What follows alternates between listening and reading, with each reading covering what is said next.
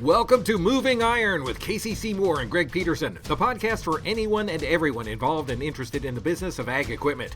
If you want to understand what trends and market forces are impacting the price of your iron, you've come to the right place. Buckle up, it's time to move some iron.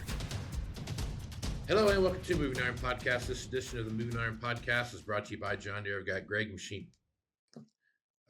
Machinery Pete Peterson to talk about what's happening in the marketplace. Greg, how you doing today? Yeah, pretty good.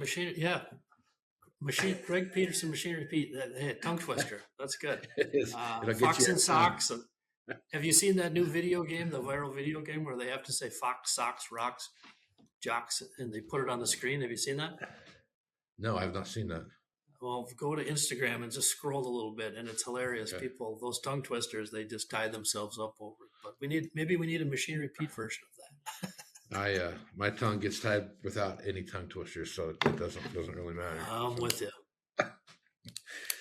Well, how you been, man? Since last week we talked, you got some cold weather up there now, still?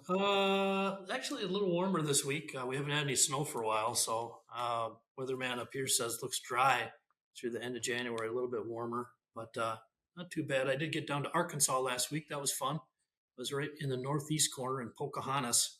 Mm-hmm. Our friend Kirk Witcher with Witcher Auctions has just an outstanding farm auction coming up on Thursday, the 22nd. So a week from Thursday. It's for hill farms. There's going to be some test the market items on that sale across the board. He's got a 23 model Steiger 470 quad track with 73 hours on it. He's got a never used 24 model Case IH 550T 40-foot air drill. Father and son operation there. Rocky. Never been used? Never been used one time? Huh. No, they were in, it was a father and son, Rocky and Seth Hill. I'll be posting the preview video. Great guys. They were in the rice business for about 10 years, and they're, of course, that's tough sledding there. So they're repositioning, focusing, investing more on the poultry and livestock side of their business. And they've been flooded out on the rice side. I didn't get to plant it all last year. And I think flooded out like 4 of the last 8 or something like that. They got 3 rivers running close there in northeast Arkansas. So a lot of this equipment they bought just didn't get the usage.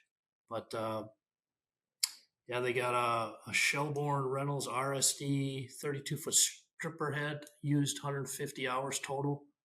So just a lot of late model stuff. Man, so again, that's on the stuff. Yeah. On the 22nd. That'll be interesting. And it was fun to go hang out with Kirk Witcher. He's really growing his auction company down there. Kirk's a good guy and should be. I think that's an evening sale, like 6 p.m. online farm auction on the 22nd. So can have my dinner and watch auction prices. There you go. Yeah, that is some low mileage stuff. You're talking about a Steiger tractor with 73 hours plus air drill with snow. I mean, I guess that makes sense now that you say. I'm like, how's a 23 model only have 73 hours on it? But if you've been flooded out 2 years in a row, it makes a lot of sense why it's only. Well, there's a lot of restructuring out there. Yeah. Moving out of certain areas, cotton or rice. Mm-hmm. And I'm no expert on following acreage and number of shifting out of things, but farmers just have to pivot. And that's just what Rocky and Seth said. We're just pivoting away from the rice side of things and, got all this stuff. But it is interesting at auction, Casey, when you see stuff like this, it's natural, human nature. You go, what the heck? Why is a 3-year-old Steiger 470 quad have 73 hours on it? And I just find it helpful in those cases to hear, Rocky or Seth in this case just say, well, here's the deal. And you can absorb it as you take it. No, it was not a forced deal at all. They're just pivoting. In fact, they're building new poultry facilities down there. So it's just, it kind of just is what it is. Yep. Yeah. Diversification. It's always one of those things you kind of slide one way or the other, but yeah. Nice to be able to shift and diversify. Yeah. Yeah, for sure. Well, there's been we were talking a little bit of back and forth here before we got started. You said you were watching some sales here and up in Indiana over the weekend. Yeah, that was a really strong sale Saturday, Casey. It was in North Manchester, Indiana, which I admit I don't frankly know where that is in Indiana off the top of my head, but it was a sale for, I think the farm family was named Haupert, Haupert, Haupert Farms, retirement sale, and kind of a similar sale, late model, low-hour stuff. It was by Harmeyer Auction and Appraisal Company.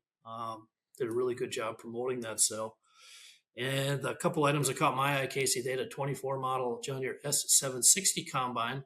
It had 556 engine hours on it, 338 SEP, and sold for 385,000. Which that's the thing with these used combines. It's interesting. You can look at it a lot of different ways, but from my angle, that's the second highest auction price ever on a S760. And interestingly, the only one higher was just barely higher, 389, and that was back in get the right date for you here to be precise. It was mid-December of 23, Monroeville, Ohio. I think Merritt Auctions had that sale. That was a 22 model, but only had 151 engine hours. And again, this one Saturday at 556 at 385. But we've been talking about a number of down the stretch here in 25 quite a bit, early 26, about how the lack of new sales of 24, 5, and now 26 model stuff is starting to have some ramifications through the chain down in the used market. And I think proof of that here on a now just barely 2-year-old machine, which I realize, retail price on that was quite high. But again, I keep track of that stuff, but also deal in the hard cash checkbook reality world. And 385 was more than I thought it was going to bring. If you go back and look at what that machine sold for new, and where it was at, that machine probably sold for, let me look here real quick. I can give you a pretty good guess. It's going to be a big number. It's a big number no matter what, but it was probably, I'm totally guessing here that it was somewhere probably in the high fours. Some guess like 485ish would be my guess. I'm sure, yeah. In that range, right? Today, a similar equivalent today is going to 625 to 675, depending on how you have it spec'd out and what your sell price is going to be. But if you looked at where that machine sold for compared to a new one, now this is the thing where people get hung up on it, and I hear have this conversation with folks quite a bit. But oh my God, it looks that thing they're selling for a song. Like, yeah, oddly enough, it's the same percentage since I've been in this business for 25 years, right? It's been the same percentage within a few percentage points of each other of what 1 year depreciation is, 2 year depreciation, and so on and so forth. Now, obviously, you have some spike ups and spike downs depending on, what's if the economy is settling out or things are in a free fall or whatever it is. I mean, those widely vary. But when you're in a normal time where things are being solidifying and those kind of things, it's the same percentage. And if you do the math on this particular one and how it came out, you're about 35% roughly, give or take a couple of percentage points. As that price of new has escalated so much, you're right. It's just the hit, the initial hit. Dollars. That's a significant dollars. And I think that is why when I travel around, Casey, and go to auctions, and have been out to a lot lately, it's very common to get people who come up to me and they'll, oftentimes verbalize it and say, Pete, wow, what a bloodbath on the sale. And I think what gets where their head is at is looking at that price of the new one, which, is certainly one data point.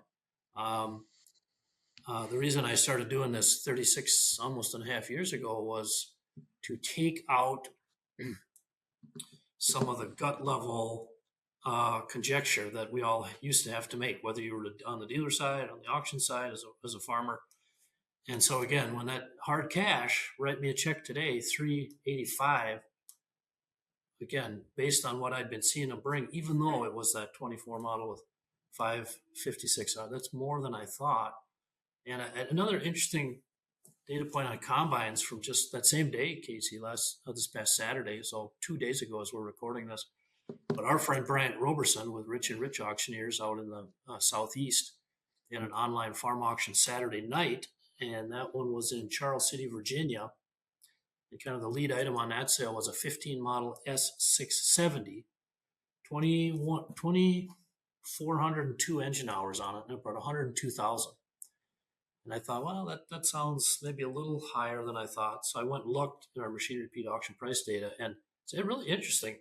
Last year in 25, the average auction price on an S670 was $85,462. Now in 24, that average on an S670 was $80,924. So when I tell people actually an S670 went up 5.6% at auction last year, I get stares like, what are you talking about? Yeah. That's just what the numbers are. Now, behind that is the fact that how much they dropped like a rock in 23 and 4. In Right. 23, they fell 23.7% hard cash auction, followed by 24, they fell 19.8%. So, but again, there's that solidifying we've been talking about for quite a while now. So this, that's a 10-year-old, 11-year-old combine. Um, and that S600 series made from 12 to 17. So give or take either side 10 years, it's firming up. And again, that just sold Saturday. So, Yeah. I talked a lot about this during COVID, that there was a quote unquote scarcity premium that got put on machinery. And I saw that anywhere between 25 to 30% to 50 to 60%, depending on what the platform was, right? And you're talking about, a fall off in 23 of 23.9%, or whatever you said it was. 23.7, yep. 23.7, then 19 and some change in 24. If you do the math on that, that's 52% That's a lot. that came off. And it's what drove the marketplace of COVID was supply and demand, right?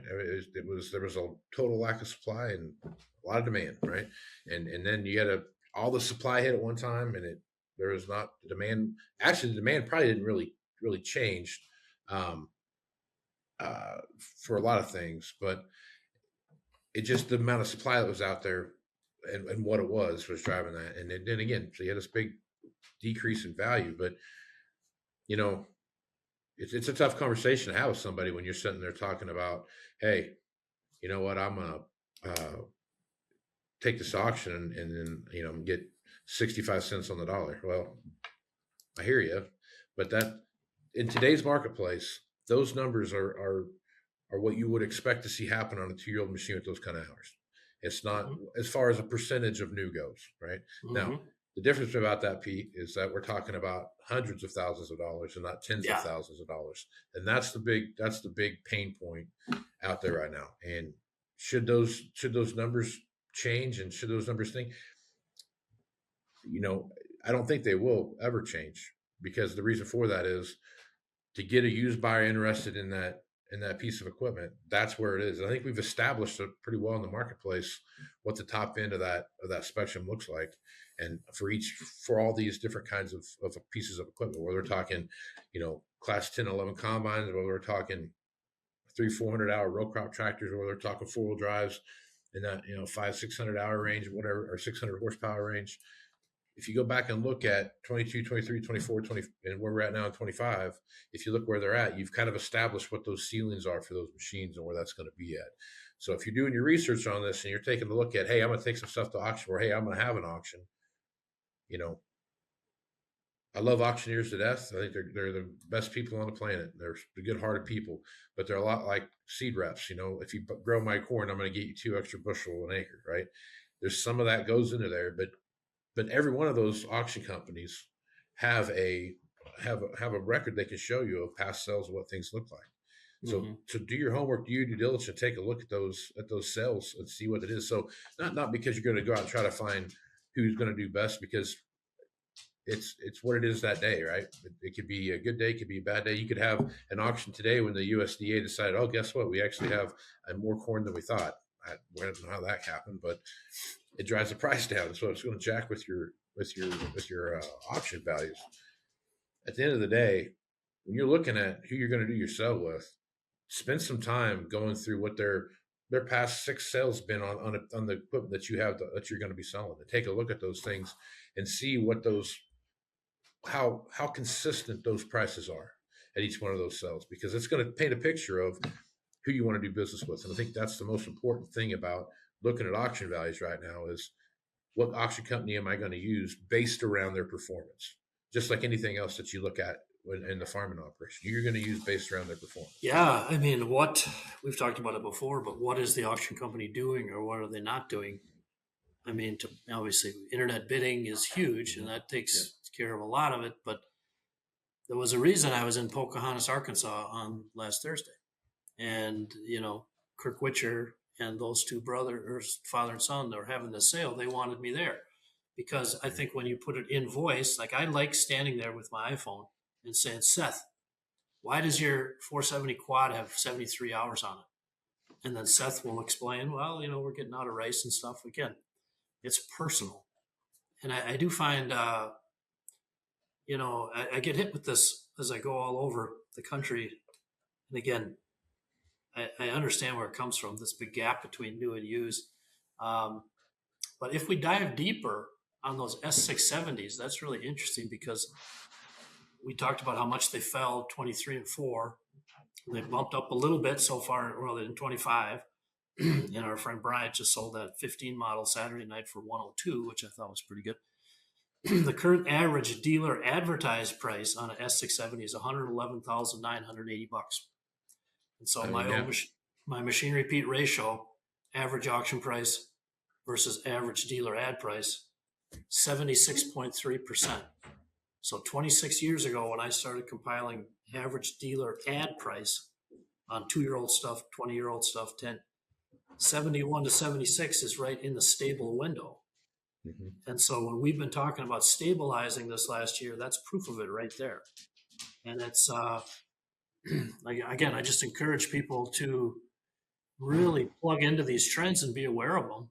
Even as you're talking to your lender, it's just so dangerous to go off of a kind of a gut level, things are down in the dumps, or things are, how much are we talking about? So you got to be specific. And that's hopefully what our data has helped people get a handle on over the last 36 years. Yeah. And just like what you laid out right there, when those machines get to that level of age, right, and you start looking at where things are at retail wise versus auction price, they're always really close. You're within, in that particular instance, you're within $9,000 of what the retail asking price is, right? So if you go to the dealership and start wheeling and dealing and doing those kind of things, you're probably going to get pretty close to that 102 mark, right? I mean, you're going to get close to it after you start looking at this, that, and the other thing. You're going to be within a reasonable time frame of that. Now, people still saying, well, you're still 76% of what it is. Yeah, that's right. There is. The market is really never wrong. No. It just is what it is on a certain day, whether you're talking land values or used machinery. We don't have to like it, but boy, you better be aware of it.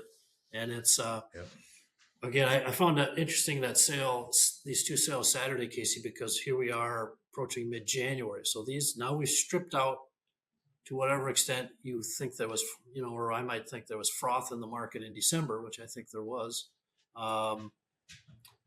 There's no year-end tax buyers last Saturday. They're just looking for that right machine, whether it's a 10-year-old combine in Charles City, Virginia, or the 2-year-old one in North Manchester, Indiana. And again, it's just looking more clear to me that I'm not saying we're anywhere near 21 and 2 in terms of used inventory record tight levels, but it's so much tighter than it was, say, 2 years ago at the start of 24. And you track that more than anybody, volume of late model units on the market. And I think it's starting. That's why I think that S760 went as high as 385 on Saturday. Yeah. Well, yeah. If you take a look at where things are at, the fastest growing, what you would expect to see this, but it's growing really slow, right? And it's not really going to grow much more than what it is. It's that 1 and 2 year old the 1-year-old equipment, 2-year-old stuff. You're seeing a lot of activity in 2-year-old stuff, and you're seeing even more activity in the 3 to 5-year-old stuff, especially at the end of the year, right? What you would expect, like I would expect to see that to happen, right? If I was looking at who's going to come and buy something right now, where that 2 to 5-year-old stuff sets, that's going to hit a lot of sweet spots for a lot of people, right? That are coming into the market to buy, to upgrade to something newer than what they have. Right. But if you go back and look at basically the 6-year-old stuff that's and older, so 6 to 10-year-old stuff, and then 11 and older stuff. If you really start to break those numbers down and start to look, they grew a little bit over the time, but you would expect that because those are the trade-ins that came in on the guys buying that 2 to 5 year old stuff, and you expect to see it happen.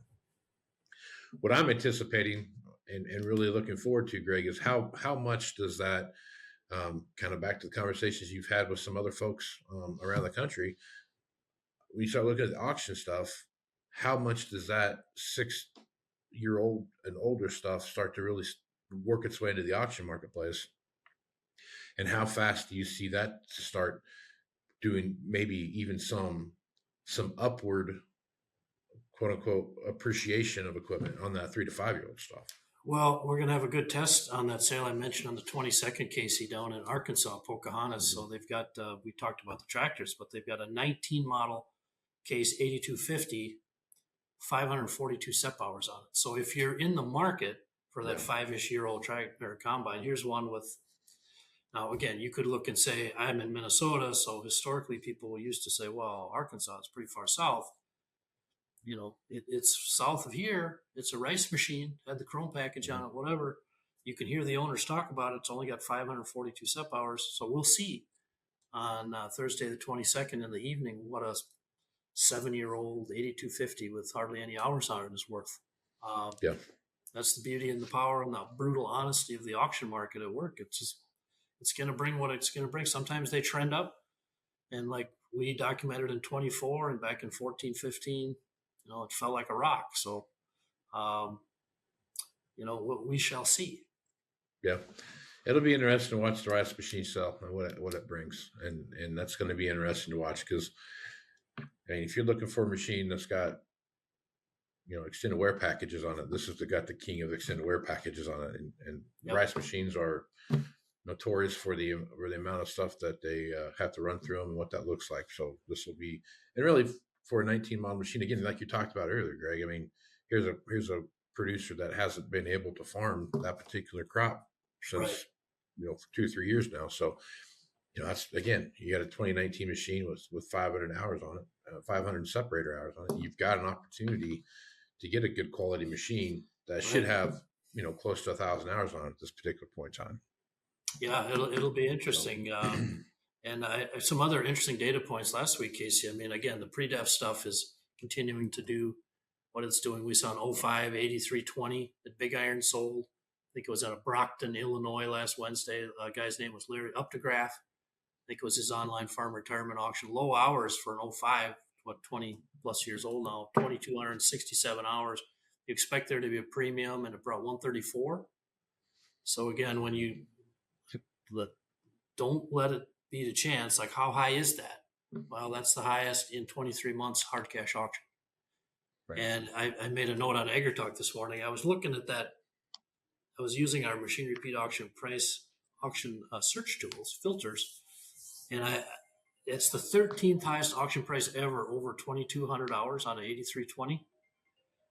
But all 12 that sold higher sold from March of 22 to January of 24.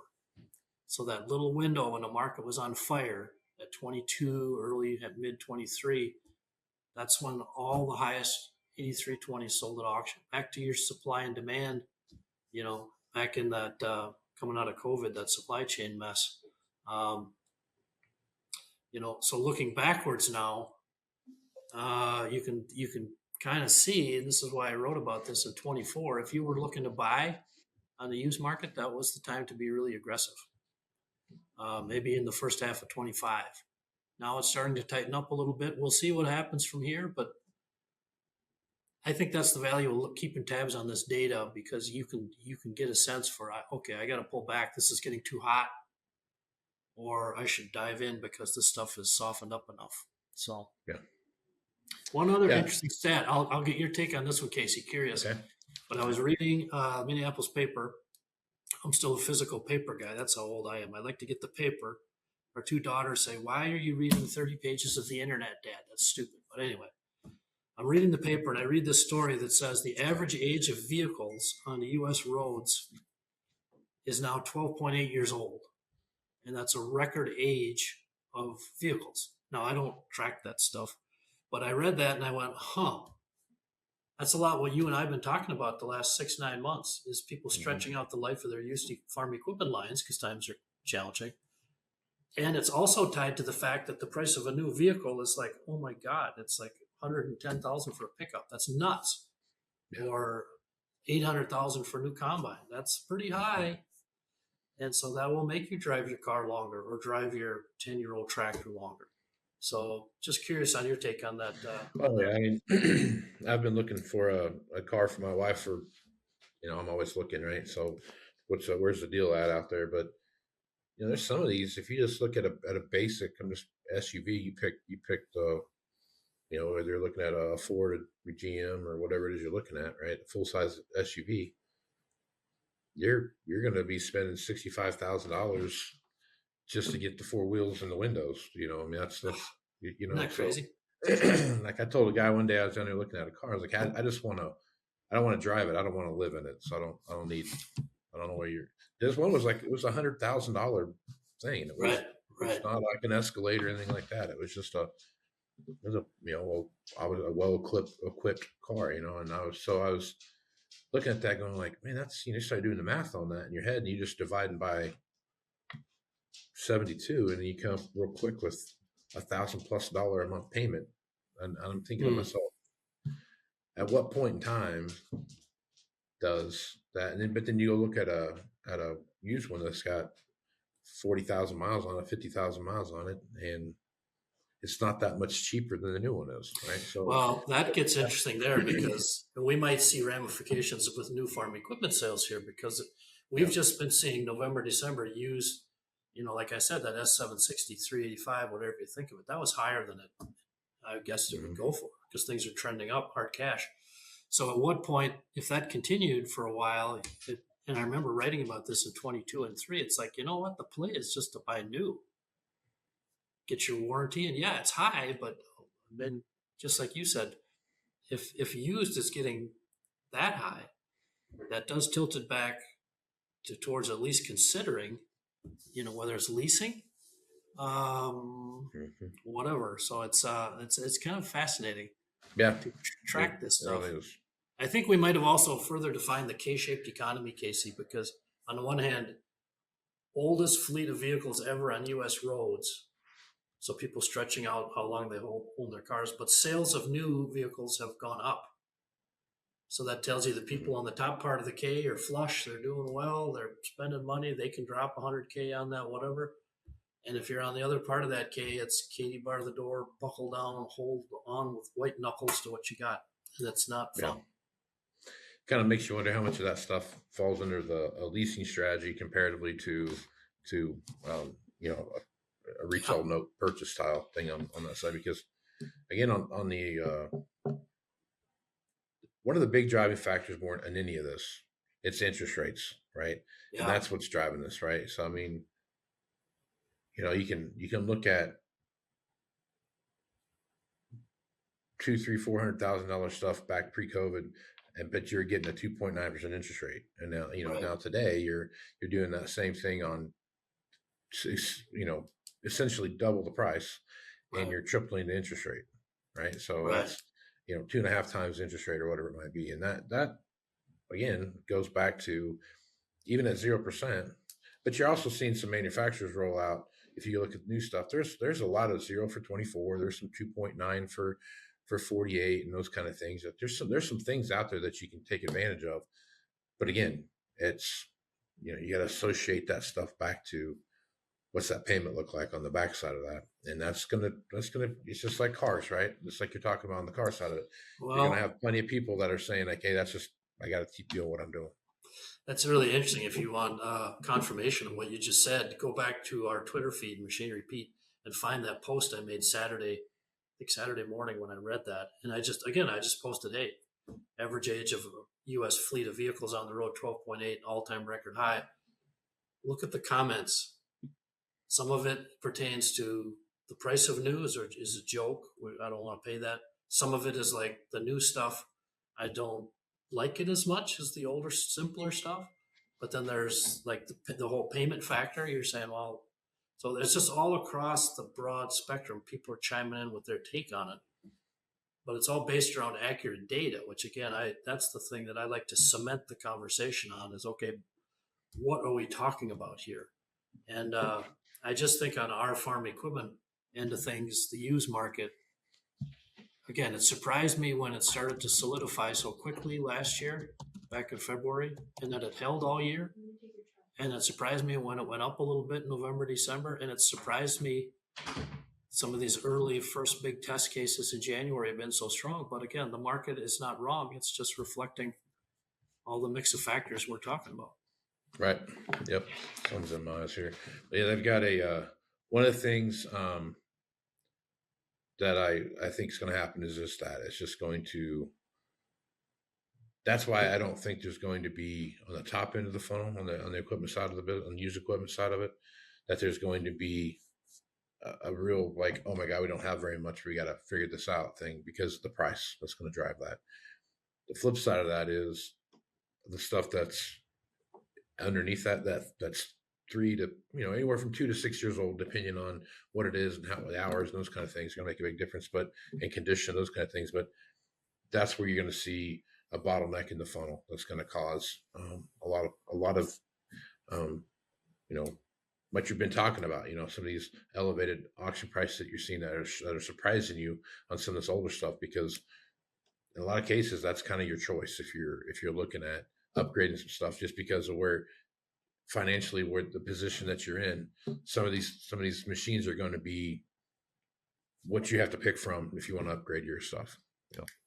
Yeah, if you can find the widest point of that supply side, whatever model year, and I've always written the auction data that for 36 years tracking it. We talk about it a lot, Casey, but that kind of I say 3 to 7 year old is really a great value place to land if you're buying on the farmer side, because that big depreciation bump we talked about, the 1, 2, 3 year old stuff. But then again, just like that S670 is sold in Virginia Saturday night at 102 hard cash, that's solidifying and holding. And so get yourself into that 3 to 7 year old spot with the nicest, lowest hour stuff you can get. Call your dealer. There's good stuff on the lot. There's plenty at auction, for sale, private, whatever. But that's still a good value play in my book. And then if you get to be 10 years old and still have low hours on it, you're going to be in a really strong place, whether you want to trade that or sell it outright or have an auction. Call me and have an auction. Yeah, for sure. I think that'll continue to drive the marketplace into a bigger concept as things move around and keep things moving forward. So interesting thing to watch. We have no lack of stuff to talk about here in 26, just like in the past. So we'll have keep everybody up to date on where we see the market headed, in our opinion, what we see happen. So let's keep things pushing forward. So. Yeah, I love it. Hey, thanks for stirring the conversation all these weeks, Casey. And I'm glad to see the sun is shining out there in Scotts Bluff today. Yeah, it's for a change. Yeah, it's typically a little cloudier here late, but it's sunny today for sure. Well, Greg, I got to ask you this. I got to get your take on this. You got Miami or Indiana on Monday? Oh, well, I am a Big Ten boy, Minnesotan. Right. So our Gophers haven't been to what used to be the Rose Bowl since '62. So our dad taught us once the Gophers were out, cheer for the Big Ten. And it is cool to see Indiana do what they've been doing. And I'm so old, Casey, I remember the last undefeated college basketball national champion was the University of Indiana 50 years ago exactly, March of '76. Yeah. So how cool if the Hoosiers now can do it on the football side. Yeah. And I know that's getting into paying players and stuff like that. It's kind of wild, but it is pretty cool to see the University of Indiana just come out and beat the tar out of some traditional powers. It shows you what's possible, I guess. Yeah. So as a child of the 80s, I would love to see the U back. Are you a Hurricane guy? Growing up, just watching those games, it was always a great time. But at the same time, just like you know what I mean? It's like, I'd love to see. You have two stories here, right? You had Miami that's been kind of struggling to get things rolling since the early 2000s, and here they have an opportunity to do that. And Indiana is just like, it shows you what if you do the NIL thing and the portal, right? It's if you have Mark Cuban as an alumnus, you can do some things. You can do some things, right? It shows you too. You don't have to have a bunch of 5 stars to be successful.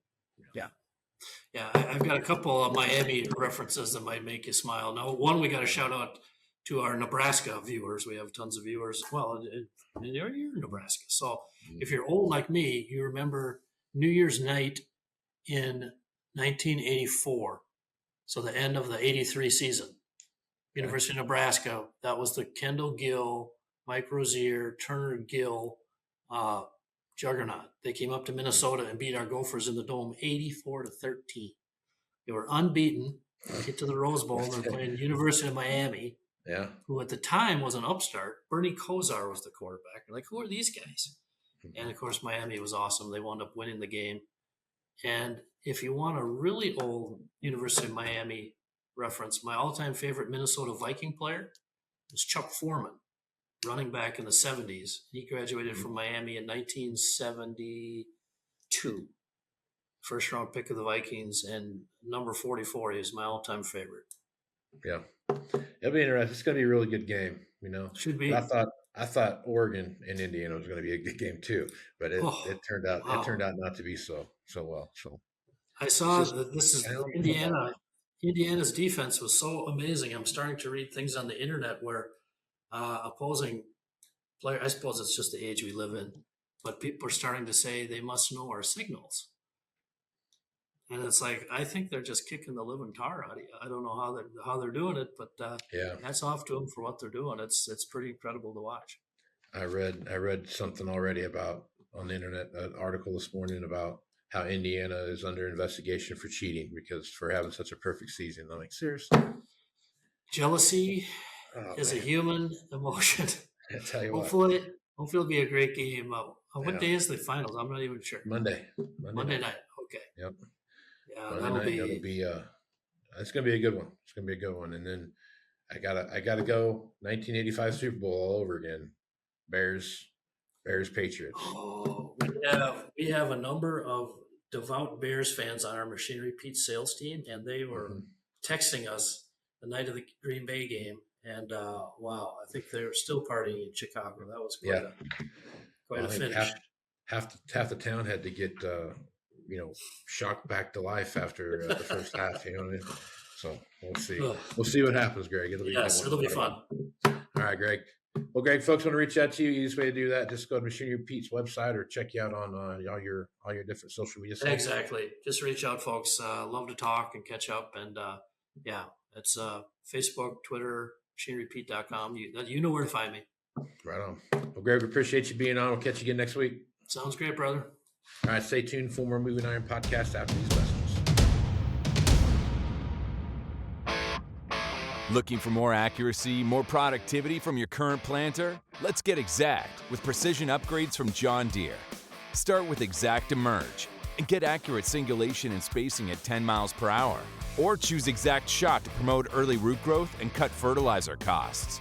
And with Furrow Vision, save time by verifying seed depth right from your cab. Visit johndeere.com/planner upgrades and see why nothing runs like a deer. All right, welcome back to Moving Iron Podcast. Got Sean Hackett back on to talk about what's happening in the marketplace. Sean is with Hackett Financial out of Boca Raton, Florida. And I wanted to get Sean's on here. So we're recording this on Monday. This USDA report came out. The January WASB came out. Just talked about spending stocks, what have you. And it was not that anyone's asking my opinion, but it wasn't what I was expecting to see happen. And according to the marketplace, it wasn't what they were expecting to see happen either. Well, I think it's like weather models, right? I think anyone can look at the history of weather models, whether it's the GFS or the Euro, and know that they're maybe 20% accurate on a 2-week forecast. Yet when they say something, somehow the market believes that the models know best and they trade them. Even though their track record is so bad, they still trade the weather models, and they still do it to this day. USDA is no different. Whether we're talking about coffee, whether we're talking about sugar, corn, cotton, if you look at the history of USDA reports and their estimates and what actually turn out to be the true production numbers, their accuracy is very, very poor, like not even close to being accurate. Yet somehow, just because it's the government, the market just says, well, if they say it, then it must be true. And unfortunately, until we break the shackles of that ridiculous orientation that we should believe entities and models that have such a poor track record of predicting whatever they're supposed to be predicting, until we stop trading that, we are subject to very, very inefficient markets, and markets that for little while will go, significantly against the true nature of the fundamentals. This is not the first time we've had a bogus USDA report. I mean, this happens all the time. And they always find a way to correct it over time. Historically, when they've made a mistake like they've clearly made, they'll first correct it in the quarterly grain stocks report, in the March report, and in the June report. Those are the next two quarterly grain stocks. They'll just somehow say, we just can't find all those bushels. It must be that demand is stronger than we thought, and the residual stronger than we thought, and they put their hand on the Ouija board and come up with a dramatic change of events. The problem is this: getting the number right in June is very, very different than getting the number right in January. Yep. Getting the number right in January means for upper $4 corn. I don't know what it means getting it in June, because so many other factors will now be part of the corn market at that time. We'll have South American weather on corn. We'll have the planting season on corn. We'll have the initial stages of June weather in the growing cycle. We'll have whatever new geopolitics we have. The problem is, by the time they get to the right number, the market is so far removed from it that they're just focused on something else. And it just, I'm not saying it's not a factor. It just is not as important a factor as it would be if they came out with what I believe to be a more appropriate number today. And so the problem with that is that farmers have to sell. We know they have to sell. They periodically have to sell. They have to raise cash. They have to pay their bills. They have to pay their bankers. And, you can only go so long without selling before you're like, I just kind of got to sell. And after a day like today, where the USDA, comes out with what they did and the price does what it did, a lot of farmers are going to sell today and tomorrow and maybe over the next week. This is what happens. You get a bunch of cheap corn that gets flooded into the market because the farmer is scared to death, understandably so, by the way. And he says, I can't stomach any more decline from a price that's it was already not profitable before. Now it's really, really unprofitable. And so the end user just buys a bunch of cheap corn, and then all of a sudden they tell everybody that it's not so bad. And I mean, it's not so good, and it's not, and things are not as good as we thought. And all of a sudden the weather is this, and then you find yourself back at 480 corn, but the farmer's already sold at 420 corn, or, and that's the insidiousness of this type of give and take that we see repeatedly. And as I said, it's not just the grain markets, that we see this. I mean, we see this in a bunch of other markets that the USDA puts numbers out for. And it's really unfortunate. The other problem with the USDA is sometimes they do tell the truth. They do every once in a while. Sometimes they do. Last year in January, they did tell the truth, and the market took off. So that's the problem. The problem is, are they in the mood of telling the truth, or are they not in the mood of telling the truth? So there's two forecasts, Casey. There's the forecast of what is the USDA going to say, and this forecast of what's actually true. Now, those that gamble on correctly ascertaining the USDA report got a 50-50 chance of being right. Anytime you're going to be, hey, it's going to be good, it's going to be bad. Well, half the people are going to get it right, and half the people are going to get it wrong if you're just flipping a coin, right? So those that get the USDA report right are revered as soothsayers. They understand what's going on in the country's line. No, they just either got super lucky, or they just happen to game the system of how the USDA was going to operate in this particular growing season. What I've always believed is the correct thing to do is I don't really believe anybody can correctly predict what the USDA is going to say, given that they are so much of a chameleon in terms of sometimes they tell the truth, sometimes they don't tell the truth. Trying to predict that kind of inconsistency to me is not something I'm interested in. I always have a pretty good idea of what the truth is. And if they happen to say something significantly against what the actual true fundamental picture really is, and the market does something stupid like it did today and it may do it tomorrow, there's an opportunity. That's how I've always felt is the best way for the farmer, for the end user, for those in agriculture, is not to try to predict a report that can't be predicted. Tell me anybody that accurately predicts every USDA report every year. It does not exist, Casey. There is nobody that says, I have a 95% track record of predicting USDA. They don't exist. Half of the time they get it right.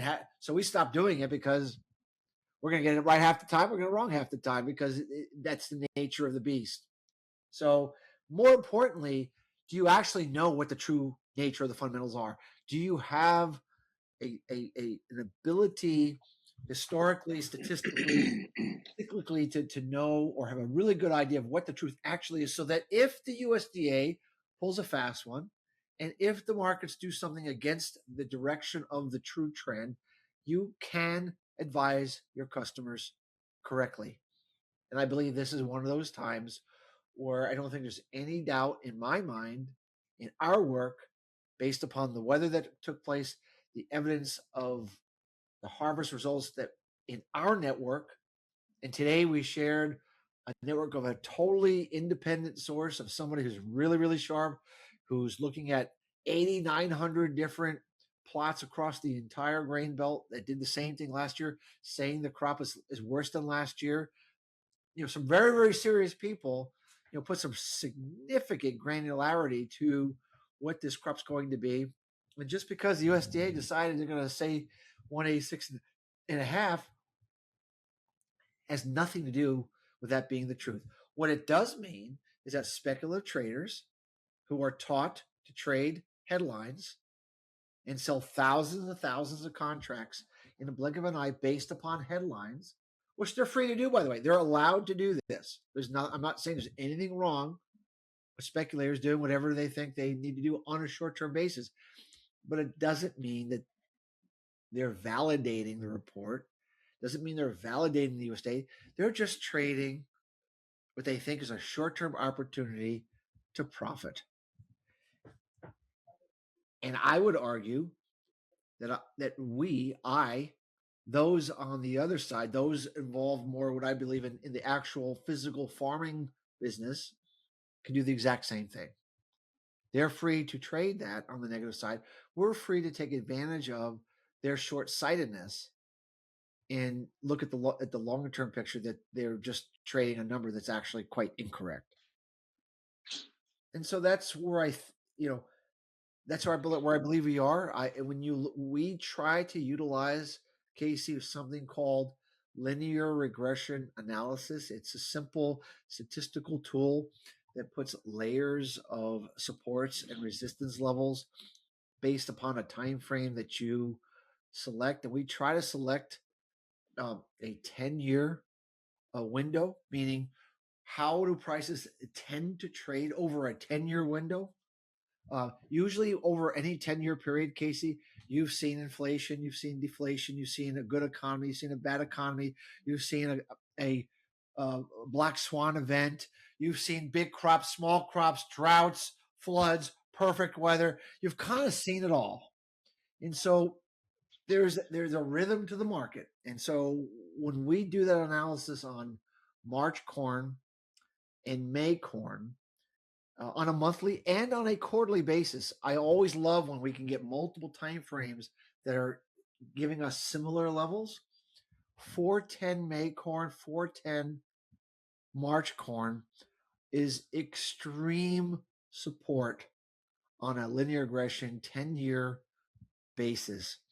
And if we're able to, I think today we closed around 421, I think, on the mark, something like that.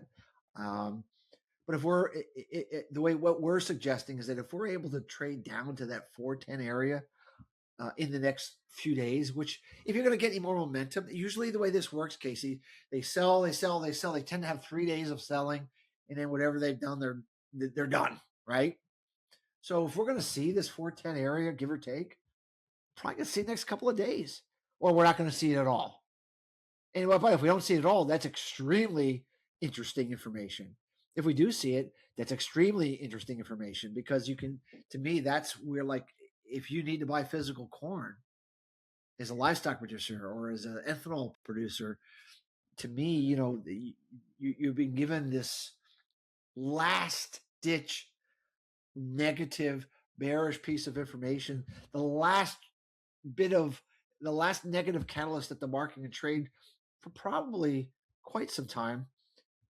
Everybody who was hanging on for dear life probably will sell today if they haven't already done so, or will sell tomorrow. I mean, it's the nature of human nature. When you finally give up on the last piece of information you thought was going to be positive and it's not, then that's your low. Like when everybody is sold, that's your low. So I think we were at least on corn. This is specifically on corn, Casey.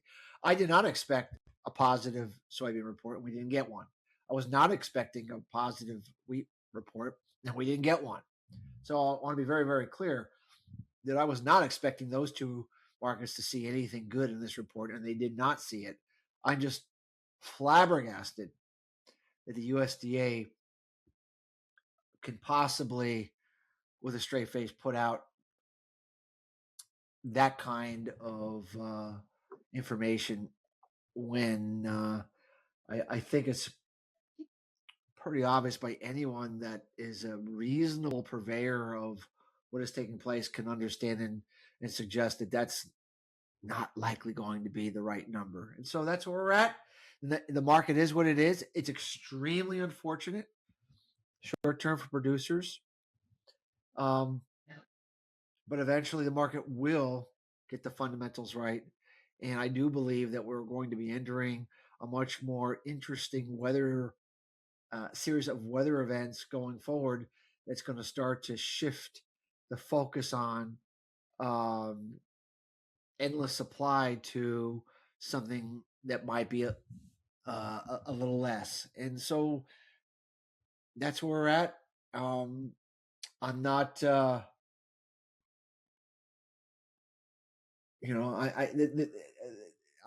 guess the last thing I would say is this. For those that correctly predicted the USDA report, good job. But that's not important. It really is not important. What's really important is if the USDA is wrong and what others have been saying, including myself, are right, then selling now is absolutely the wrong thing to do. And that's really the most important decision to make, is selling today, tomorrow, the next day, the right thing to do based upon this piece of information. That at the end of the day, that's really the decision. If you didn't sell before the report, you can't go back. And I don't believe, and we've made these recommendations on your show many times before, when we've been in these dire times, these times of no hope, no future, it's never going up again. And I don't think this is a very good time to be selling corn unless you absolutely, positively don't have a choice but to sell right now. And if you have to sell, then I don't know what else to say. But if you have a decision to make, selling now, in my opinion, with what I'm seeing going forward, is not in your best interest. And I believe in the next 3 months and the next 6 months and the next 9 months, anyone that sells post this report, I believe will feel as silly as the bulls feel right now. And that's where I feel. That's where I stand. Right on. Okay, Sean. Good place to stop. Folks want to reach out to you, get more information on what you know at Hackett Financial. What's the easiest way to do that? Our website is Hackett, Hackett, advisors.com. We also have a Twitter page at FairDex11, LinkedIn page. In fact, we just posted actually a Twitter of one of your interviews, Casey, that we just did. That was really, really outstanding, and I would highly encourage everyone to listen to that if they haven't already done so. Right on. Well, Sean, I appreciate you being on the podcast. We'll catch you again next time. Sounds good, Casey. Thanks so much. All right. Stay tuned for more Moving Iron podcasts after these messages.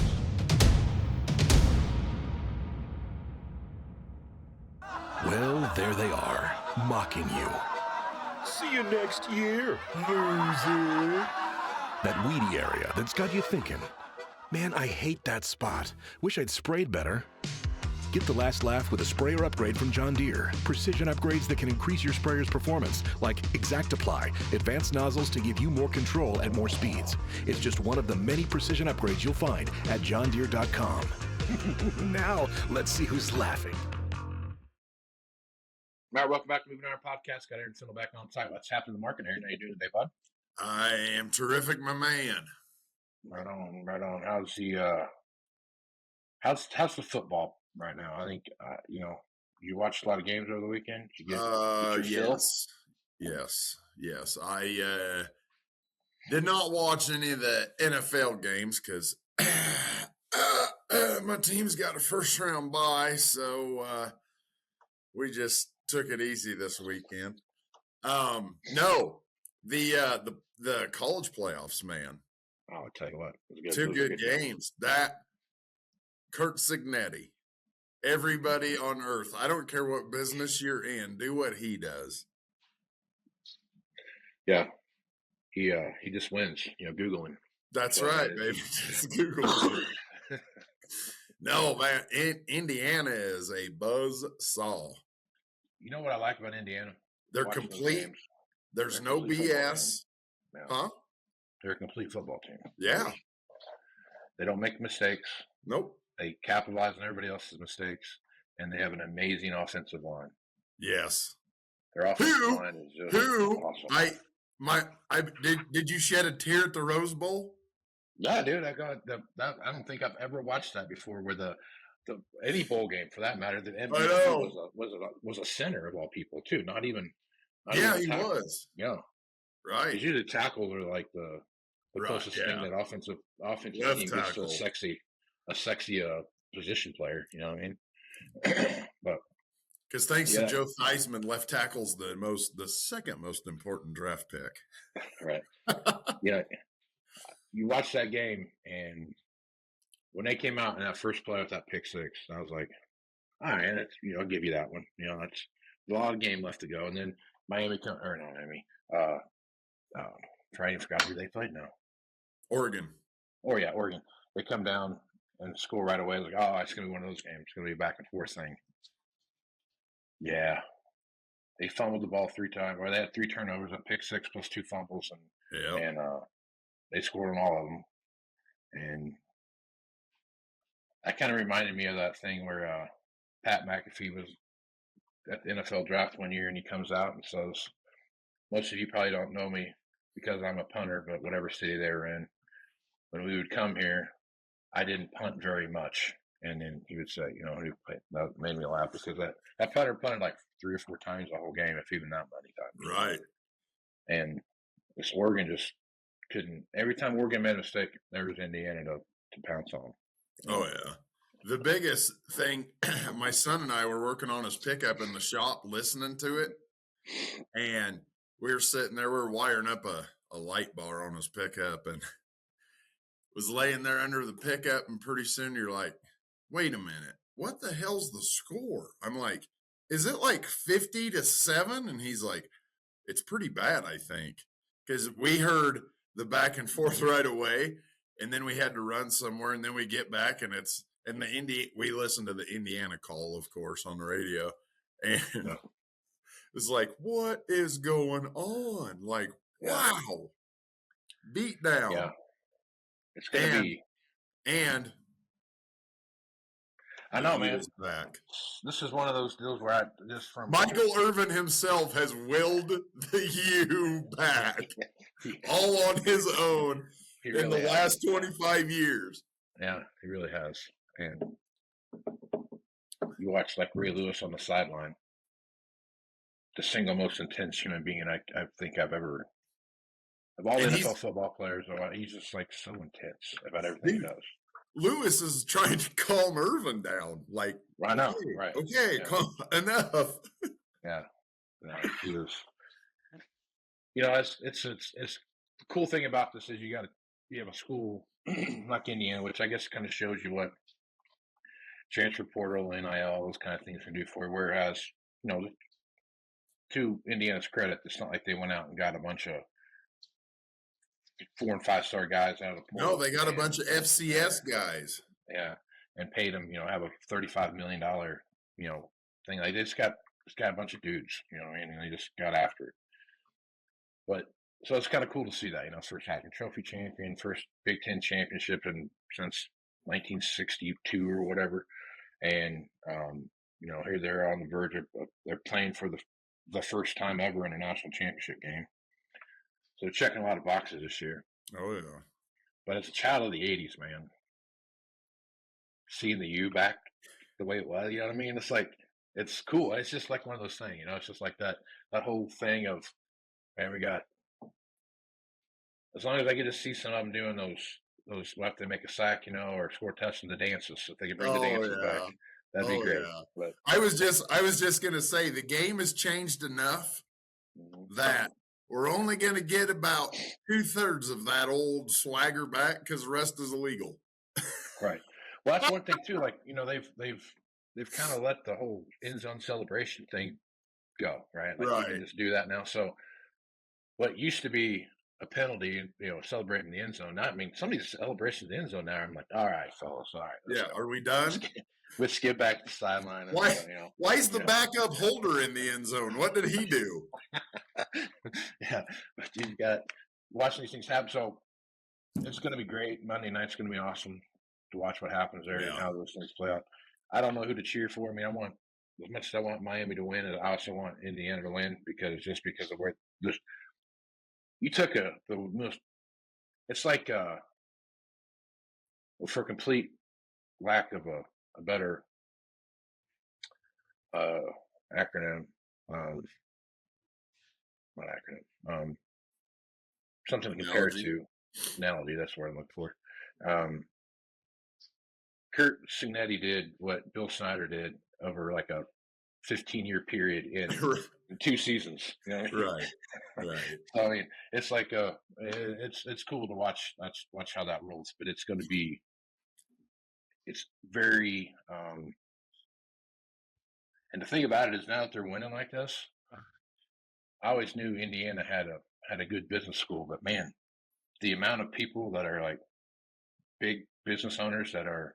Yeah, I didn't know Cuban went to IU. I didn't know that either. So like the billionaires that are associated solves the NIL problem. Okay, I guess. Go ahead and we'll just make this thing. We'll keep rolling on this deal, right? But I think the way Signetti does it though, he does it really well. He just goes and watches tape, and if you're productive, and he thinks he can mold you into what he wants you to be. Yep. You know, we're gonna go out and we're gonna get that kid. We're gonna win, which sounds very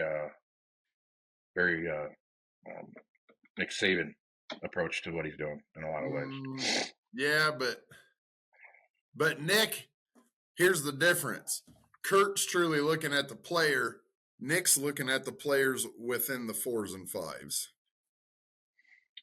That's because he had access to those guys. I know, but I'm just saying, as far as not that Lord Saban's going to hear this, but as far as true talent evaluator, I'd give it to Signetti because how hard is it to pick? Well, there's plenty of busts in the 5-star world, but it's like I want a nice pickup. Well, all we have is Denali's. But I need cloth. I don't know what to do. Yeah. Well, that too. I mean, that's a big part of that too. I mean, if you think about how all that stuff plays out, when you're looking at the kids that come through and they're looking at like the black running back there. He was not even, he was like a 0-star. Yeah. Right? He wasn't on anybody's radar because he was too short. Yep. Right? Good thing they didn't say that about Barry Sanders, because, I mean, here's a guy that's been fantastic the whole time he's been there. At some point, some scout said about Barry Sanders, he dances around too much. He doesn't hit I'm sure. Yeah, I'm sure. Yeah. He doesn't hit the hole very hard. He's the only guy that, I might lose 5 on this one, but I'll get 15 on the next. So if I average out to 10, you know what I mean? So, on my way to a 320 day. That's right. Yeah, that's right. So it's going to be interesting to watch it play out. NFL Indiana by 17. I think you're probably right. I mean, they're just fundamentally sound. The cool thing about this, though, too, which, back when we were growing up, there was the Hayden Fox coaching tree and all that stuff, Hayden Fry. Or Hayden Fry, I mean. Hayden Fox is actually the made-up coach on Coach. That's right. I watched an episode of that earlier today. That's why I said that. But great show, by the way. Great show. We were it's the same thing, too, right now. If you look at which up through Alabama and where they're at right now, I mean, it shows something. So it's going to be cool to watch because, again, two coaches that coached in the same program. So. Guess who was Saban's second boss in coaching? Who? Kurt Signetti's dad. Oh, really? I didn't know that. Yep. No joke. Yeah. Well, that's cool. Well, it's going to be interesting to watch it play out. NFL-wise, it's 85 Bears all over again. 85 Bears, 85 Patriots. Hopefully the score's not the same. But it's going to be – that's where it's at. No. The 10th anniversary of the 2015 Broncos. Yeah. No flies anniversaries. Baby. A lot of anniversaries out there. So. Yep. And those anniversaries are there to remember what was. That's what you do. Like a string of 9 AFC West championships. A thing that was. A thing of the past. Everybody has a glimmer. Like a tight end that wanted to chase pop stardom instead of accolades on the field. This was funny. I watched this video the other day. If anybody wonders if, well, I better not say that on a podcast. I was going to say they're a female introduced into your life and then look at Travis Kelce's production. Every high school athlete, come here, look at this. Yeah. So the tackle that played for the Chiefs, Tooney. Yeah. I can't remember his first name.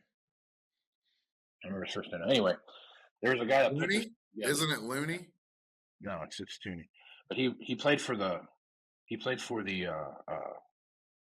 Patriots, the Chiefs, and now he played for the Bears. And every year, all the years that he showed up were years that were like the previous year. They kind of struggled a little bit, and then they went and won a Super Bowl, and then they had to go on a run. Then he gets to Kansas City, they struggle a bit, wins, go on a run, and now he's at the Bears now, and they struggle a little bit. Now they're going on a run.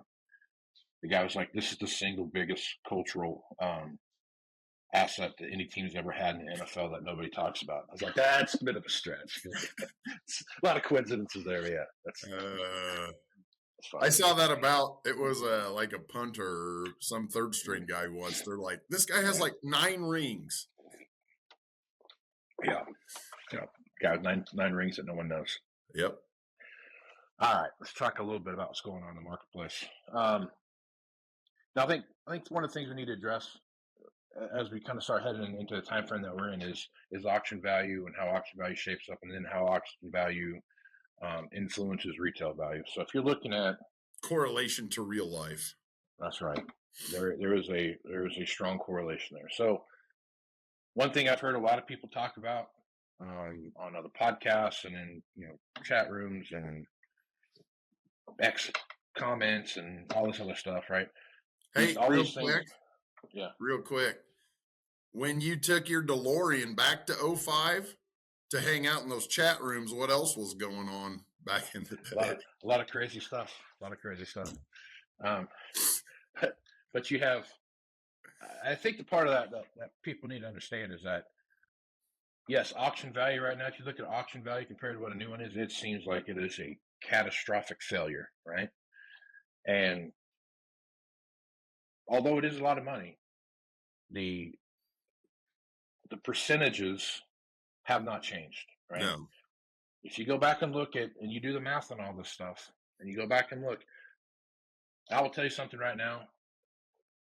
I get tired of people going out to websites and pulling up a piece of equipment and saying like, "Oh, this is $1 million, whatever." Right? Well, that's what the list price is, but that's not the price anyone's buying it for. Right. And if you're a farmer and you're saying that, you know that's accurate too, right? So just FYI, right? So anyway, if you go back and look at what you're actually buying a piece of equipment for comparatively to what the auction value is, those percentages haven't changed much. They're within a 2 or 3 percentage points of where they're of historic averages, right? And they're getting tighter as time goes by, right? And that's what happens now. If you go back 2 years ago, or even go back to 24 when it was full-fledged action stuff, and even late 23 when it was really, really bad in the auction marketplace, absolutely. That span between what auction value was and what it was greater, and it always is during a downturn, and that's exactly what you see happen. And we saw that in 2013, 2014 timeframe there. We saw the same thing again in if you go back to look at like 2005, 2004 timeframe, like those timeframes all had huge catastrophic dumps. 98, 99, 2000, you go back and look at those time frames, those were huge dumps in the marketplace, brought the value down, but then they came back up, and we just kind of kept moving on. Typical depreciation, you see it if you take a 1-year-old piece of equipment to an auction, you're going to see somewhere between 25 and 30% reduction. If you take a 2-year-old piece to an auction, you're going to see somewhere between 35 and 40% reduction. Now, the retail value on that side is going to be a little bit higher just because of all the stuff that comes along with that. But what's hard to understand, it's hard to get your mind wrapped around now, is what we used to be talking about were tens of thousands of dollars at an auction loss compared to a new piece. Now we're talking about hundreds of thousands of dollars, and I get it. That's a big number to overcome when you're looking at depreciation and those kind of things on the balance sheet, and how that works across your bushels and acres and everything else that you're associated with that. That's a big pill to swallow, and I get that. But, and I'm not trying to sugarcoat it here saying that, oh, well, you should just be out gumdrops and candy canes because it's the same percentage. What I'm getting at is what this is doing is it's changing the way people are going to buy equipment. Right. And the amount of new equipment that comes back to the marketplace, which creates 1 and 2-year-old equipment, which creates 3 and 5-year-old equipment, which creates 6 to 10, so on and so forth down the line, that's going to dramatically change. I think the top part of the funnel, as we watch things go through, there's not going to be that big fight over 1 to 2-year-old stuff that we've seen in the past. The real battleground right now is going to be that 3 to 5-year-old stuff that people are going to be fighting over. The 6 to 10-year-old stuff, in my opinion, is going to be a lot more, for lack of a better term that I can come up with, there's going to be a lot of off the farm sales and that stuff. There's going to be a lot of auction stuff and that stuff. There's going to be a lot of retail stuff and that stuff too. But those numbers are going to be pretty fluid with each other. You're not going to see a $50,000 something, $100,000 something on the dealership, and it's going to bring $30,000 or $40,000 at the auction. You're going to see if it's at $100,000 on the retail side of it, it's going to be somewhere between 98 and 101,000 at the auction. And it's going to be the same thing on the on farm sale stuff too, like Facebook Marketplace, Craigslist, so on and so forth. Those numbers are going to be very static as far as what you see. Like there's no one place that's going to get more than another. I mean, maybe a little bit here and there, but it's not going to be these huge swings in the market. So as I'm watching this, I see this limited amount of equipment coming off the marketplace. And I'm also watching this back end of this 6 to 10-year-old stuff that is going to be as attractive for sale as the stuff that's in the 3 to 5 bucket. But that 3 to 5 bucket is going to generate guys are going to come buy that, and they're going to be trading in that stuff behind it. And it's going to create a different market than I think we're used to. And to me, it's the new normal as we move through 26 into the 2030s.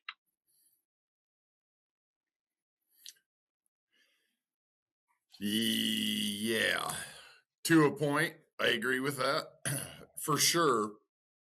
Real quick, that 6 to 10, I completely agree. Whether you're your dealer, auction, private party, you're kind of splitting hairs as far as what it's worth. All three markets, that thing has pretty much the same number on it. So Yeah. that's where that's heading. So that's 100% right. The percentage thing, here's a good way to look at it. Combines used to be 300. Go to an auction, lose 100. That's a third, right? Yeah. Combines 450. Go to auction, you lose 150. That's a third. But your third gained 50%. Right. So that's the hard part to swallow. Right. Looking at it with those easy numbers right there, that's a beautiful way to shine light on it and go, ooh. So it is the same. It's the same as it was, but it just hurts a lot more than it used to. Yeah, you get kicked twice with that. Right. And then you get punched in the face. As far as explain some more on that the new marketplace 26 and forward with the you're saying, and I'm trying to think of the right words here. A renewed vigor for the 6 to 10, like there'll be more excitement and more focus in the marketplace on that segment moving forward than there has been. And is that just because the 1 to 5 has shrunk down so much that this is what we have left to deal with? Is that what you're getting at? Yeah, because you look at, so just if we go back and look at the 1-year-old stuff that's on the marketplace right now, right? I'll pick some combines, right. You go back and look at 1-year-old combines right now. There's something like 850 used combines on the marketplace, 1-year-old used combines, all makes, all models, right? So everything from a Gleaner all the way through an X9, under X9 combine. I mean, so all those brands, there's 850 of them. You jump down to 2-year-old combines, and I got to go back and look, but I think it's something like 2,500, if I remember right, of those machines on the marketplace. If you go back and look at 3 times more. Yeah, that's what I'm getting at. So if you go back and look at here we go. So last time I pulled these numbers, here we go. Last time I pulled these numbers, okay, there's 842 1-year-old combines. This would have been as of the 7th of the month of January. There's 842 combines on the market, 1633 2-year-old combines, 3,491 3 to 5-year-old combines, 1,875 6 to 10-year-old combines, and 2,700 10 plus year old combines. So there's about 10,500 combines on the marketplace, right?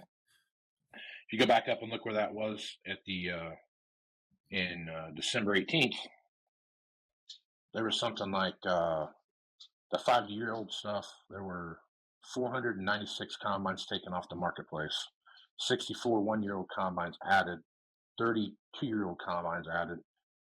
The 6 to 10-year-old combines jumped up 258, and the 10 plus year old combines jumped up 165. So there's that have to market. Right, exactly. So now when you're looking at the amount of 1-year-old equipment, which is going to feed obviously the 2-year-old marketplace and the 3 to 5-year-old marketplace, as those numbers keep shrinking, and because like right now, like even I don't want to say like we had some banner corn market right now that number would change, because I don't think it would. I think you're going to see people when you're looking at your farm equipment, the equipment on your farm. My opinion of it is that the stuff that you have to keep updated is the stuff that has a lot of wear parts on it, right? Like you have to have some plan in place that's going to, account for wear items, the different functionalities and efficiencies and those kind of things that come into play.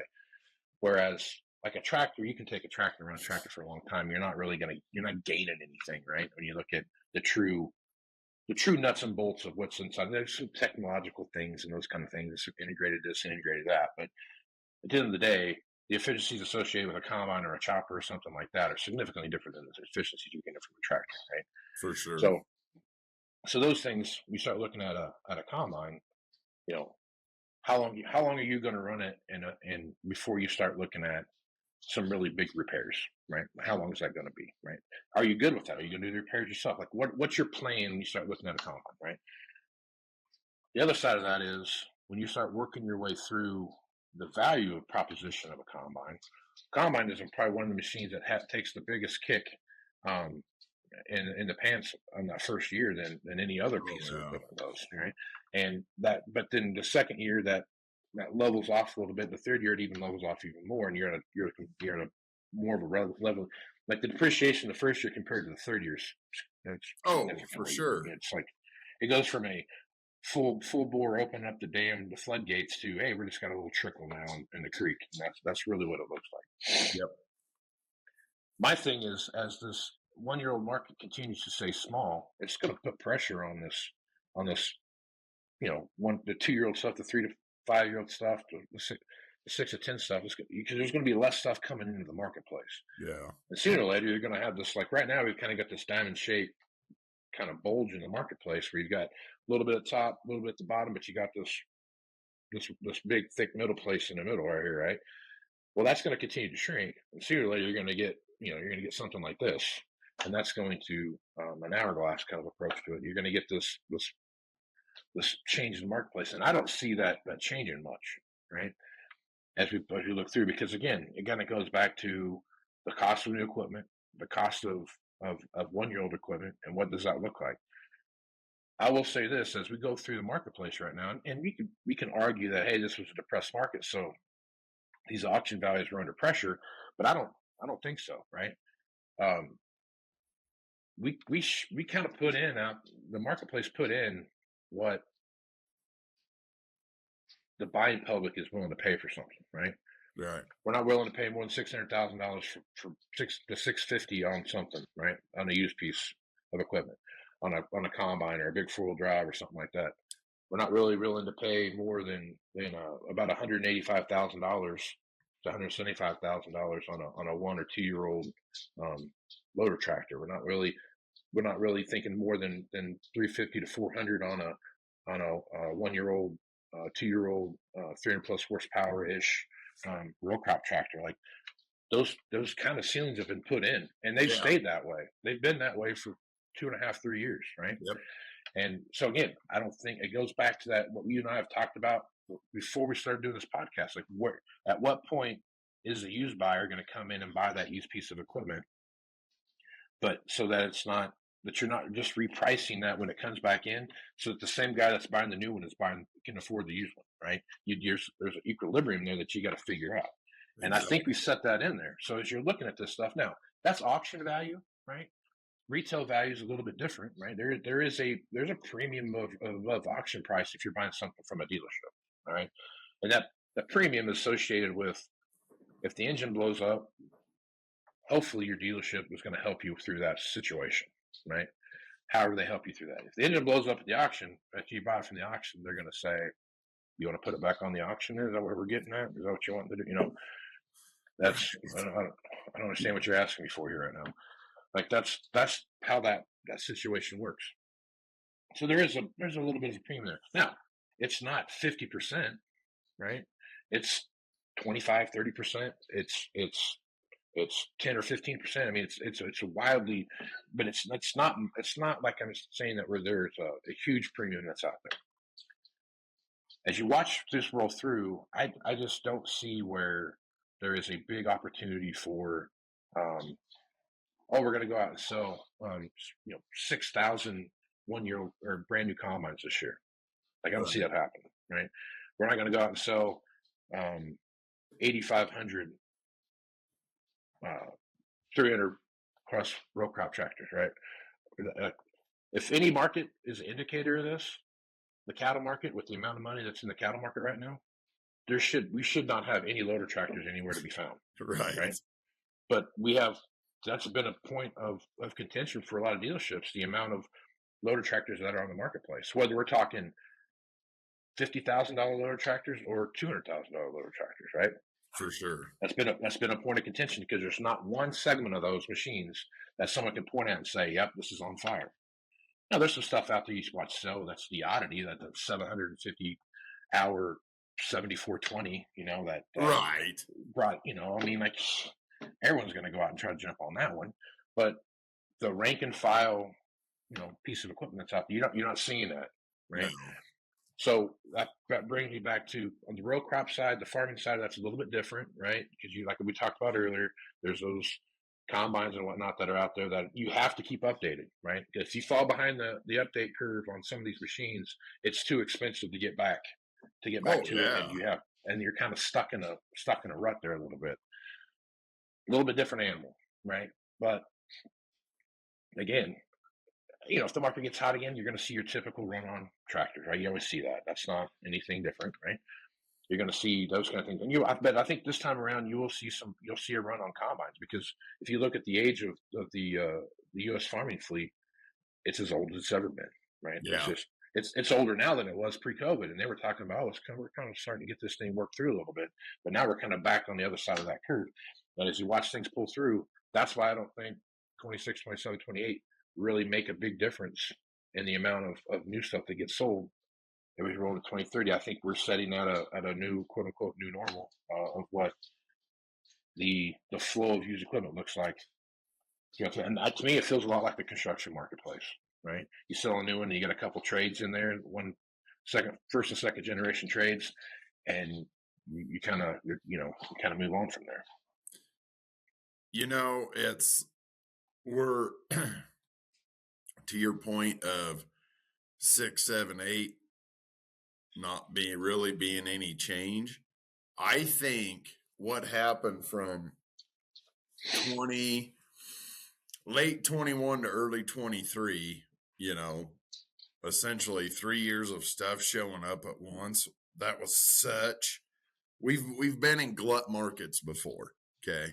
Wow, there was that's unprecedented. The green combine lease program of the 90s that made 9600s just plummet because they were all over and you could not give them away. And then we had 10, 11, 12, and 13. And then we spent 14, 15, 16 going, it's a 12. Didn't matter. Planter, tractor, combine. It's a 12. Like, oh man. Yeah. To where we don't have, we kind of do. I mean, there's the 22 and 13 or 22 and 23 or 12 and 13 in a sense for the marketplace.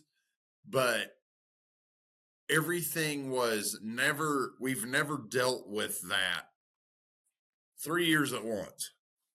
And that is such a just cartoon analogy, frying pan to the head of wow, like catch your breath and now what?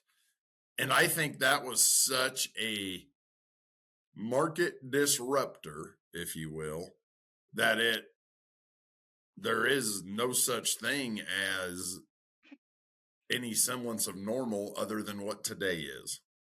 Mm-hmm. Which goes along with what you're saying. I mean, this isn't what did we do 10 years ago, because the same thing will work. This is what do we do tomorrow to make sure it wasn't yesterday. Right. Well, and also too, 3 things that were totally different than what we saw coming out of 2012, right? So coming out of 2012, obviously you saw a decrease in crop prices, right? We go from whatever it was, $8 corn, right. $7 corn, or whatever it was, down to, you get back into the high 3s, low 4s, and that changed the marketplace. That was the big disruptor there. The other disruptor was the price of equipment I mean, obviously people talked about the price of equipment. Oh my God, it's just where's the stop? But it didn't jump like it did now. But it didn't jump like it did, right? And you still had significantly lower interest rates. Yeah. Right. This one happens. You have kind of a trifecta hit, right? You've got low quality prices come out of nowhere, and you could throw in the amount of government payments and stuff like that were coming into the money that was coming into the marketplace via COVID payments and whatnot. Right? That was a huge chunk of that. So those two things that were there, CFAP, PPP, and all that. Yeah, all that stuff. And then you've got you peak out at the top of the interest rate marketplace, so the interest rates are really high, and then you throw in the price of equipment and what that does to you, right? So all of a sudden you have this and a huge supply glut. So now you've got this like overwhelming, just everything that could go against you is going against you, and it's just that set a table for a complete reset. And I think that's where we're at here in 26. 26 is we've reset. Now we're working our way back through it. But I think when we come back out on the other side of this, I know you and I disagree on this, but when you come back on the other side of this, my biggest fear for the used equipment marketplace isn't necessarily do we have buyers for the used equipment. It is what are people doing with the equipment that they have, right? There could be 10 planters in the marketplace, and that could be a glut because everyone decides to upgrade their planters, right? Or we could have X number of sprayers on the market. It's too many because a third of the population decide they're going to upgrade their sprayers, right? I mean, it's like those kind of things start playing in the mix where, yeah, it looks like low numbers comparatively what we're used to, but at some point in time, is the juice worth the squeeze when you start looking at how all those things come together? And I think that's a struggle that we got to figure out as we push our way through this. No, I get that 100%. Right on. All right, man, probably a good place to stop. Aaron, folks want some High Plains wholesales deal. What's the best way to do that? You can catch High Plains Wholesale on Facebook, has a Facebook page and a TikTok. And you can catch me, Aaron Fintel, on all the socials, Facebook, X, LinkedIn, whatever else is out there. Best way, call me or text me, 308-760-1193. Right on. Well, Casey Seymour, find me on Facebook, Twitter, Instagram, LinkedIn. You can see the audio, or you can hear the audio version of this over at AgWeb, and they have a podcast space so you can go see everything. Plus, you can go to anywhere that has podcasts, and you can listen to it there as well. You can go to the Farm Journal YouTube page, and you can see the video version that's there as well. So I want to thank Greg Machinier, Pete Peterson, Sean Hackett, and Aaron Fennell for being on this edition of our podcast. So with that, I'm Casey Seymour. Let's go to some iron, folks. Out. Thanks for joining us. We'll see you again next week. And remember, Moving Iron is available on Farm Journal's YouTube channel and anywhere podcasts are found. So until next time, let's move some iron.